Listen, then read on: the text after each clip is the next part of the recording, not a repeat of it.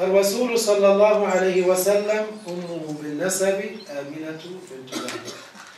La mère du messager sallallahu alayhi wa sallam, sa mère de sang, c'est Amina, la fille de Wahb. وأما أمه بالرضاع فهي حليمة السعدية.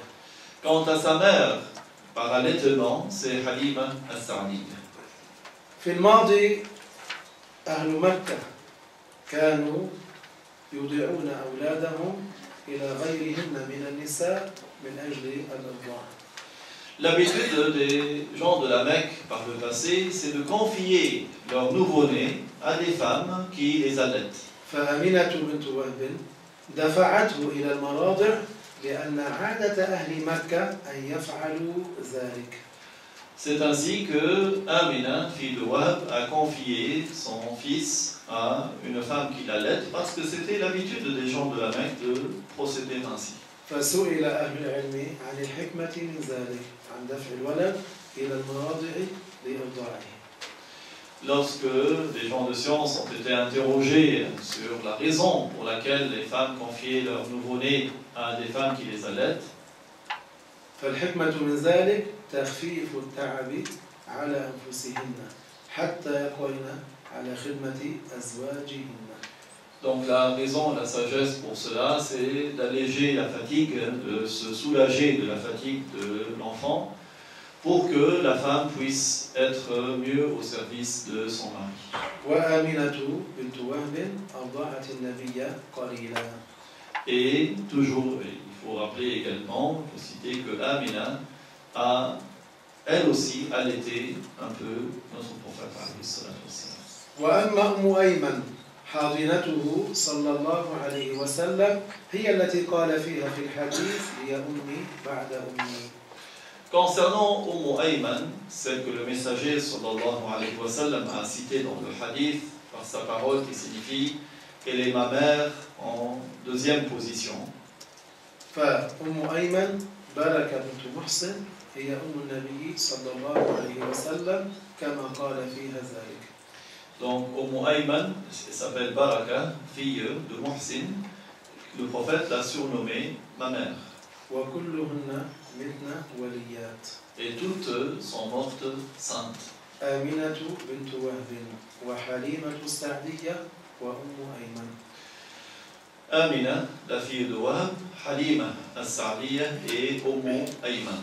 أم أيمن هي التي استأذنت النبي صلى الله عليه وسلم أن تهاجر وحدها من مكة المكرمة إلى المدينة المنورة.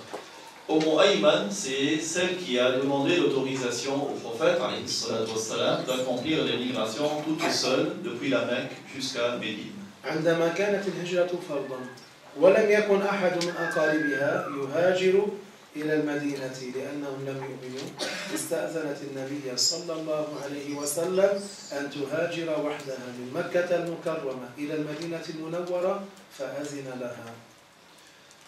Parce que l'émigration à cette époque-là était un devoir. Et Ayman n'avait pas quelqu'un de sa famille qui était musulman qui accomplisse l'émigration avec elle. C'est pour cela qu'elle avait demandé l'autorisation et le prophète lui a accordé d'accomplir l'émigration seule depuis la Mecque jusqu'à Médine.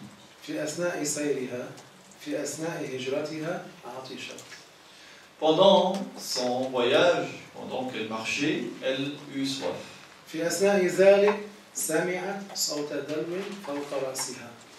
Et elle entendit ainsi le bruit d'un seau au-dessus de sa tête. Elle prit ce seau, elle en but.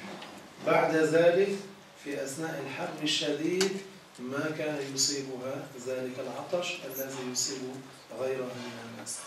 Donc après cela, depuis ce jour-là, quand il y avait une chaleur torride, une grande chaleur, elle n'était pas assoiffée comme les gens l'étaient. كل ذلك من بركة النبي عليه الصلاة والسلام. Tout cela grâce à la baraka du prophète alayhi salatu wassalam. والحمد لله رب العالمين وصلى الله وسلم على سيدنا محمد الأمين.